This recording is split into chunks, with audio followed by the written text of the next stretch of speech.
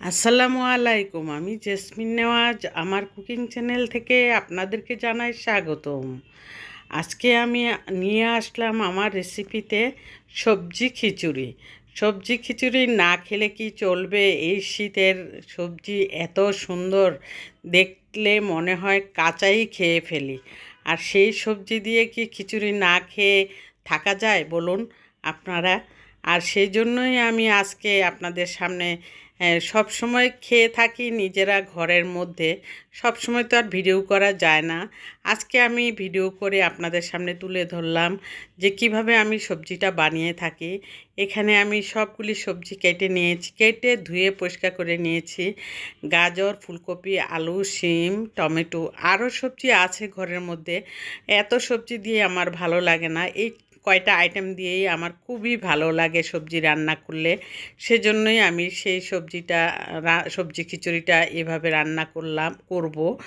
আর এর জন্য আমি এখানে প্রায় 3 পট চাল নিয়েছি। 1 পট চাল নিয়ে 1 পট মসুর ডাল, 1 পট মুগ ডাল নিয়েছি। আর এইভাবে আমি ডালটা একটু বেশি দিয়ে থাকি, কারণ ডালটা বেশি করে না দিলে খিচুড়ির স্বাদ আর গন্ধ কোনোটাই পাওয়া যায় না।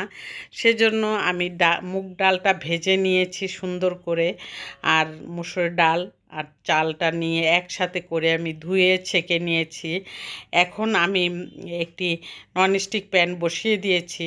এখানে আমি পরিমাণ মতন তেল দিয়েছি। দেওয়ার পর আমি প্রায় 3টা পেঁয়াজের মতন কেটে দিয়েছি। কেটে কিছুটা ভেজে আসার পর সুন্দর করে আমি সবজির মধ্যে আলু, গাজর, এই দুইটা কিন্তু একটু দেরি হয় সিদ্ধ হতে। আর ফুলকপি, শিম, টমেটো এগুলি একদমই আমি মাঝপথে না হয় শেষের দিকে দিয়ে দিব, যাতে কোনো মোটামুটি সিদ্ধ হওয়ার মতো অবস্থা থাকে, তখনই আমি দিয়ে দিব। আর এখানে আমি চালটা দিয়ে সবজিটা একটু ভাজা ভাজা হয়ে আসার পর ডাল গুলি আমি দিয়ে দিলাম, দিয়ে ভেজে নিচ্ছি আমি। এর মধ্যে দিয়ে দিলাম মরিচের গুঁড়া 1 চা চামচ, ধনিয়ার গুঁড়া 1 চা চামচ, ভাজা জিরের গুঁড়া 1/2 চা চামচ দিয়ে আমি চালটা ভালো করে ভেজে নিয়েছি। ভেজে নেওয়ার পর আমি গরম পানি করে রেখেছিলাম পাশের চুলায়, আমি গরম পানিটা দিয়েছি তারপর আমি পানি দেওয়ার পর আমি এখানে আদা রসুন পেস্টও দিয়ে দিয়েছি।